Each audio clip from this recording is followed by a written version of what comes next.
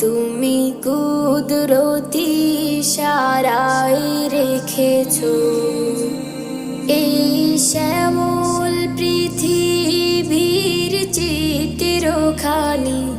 তুমি নিপুণ তোমার হাতে এঁকেছো। ওগো আল্লাহ, শুকর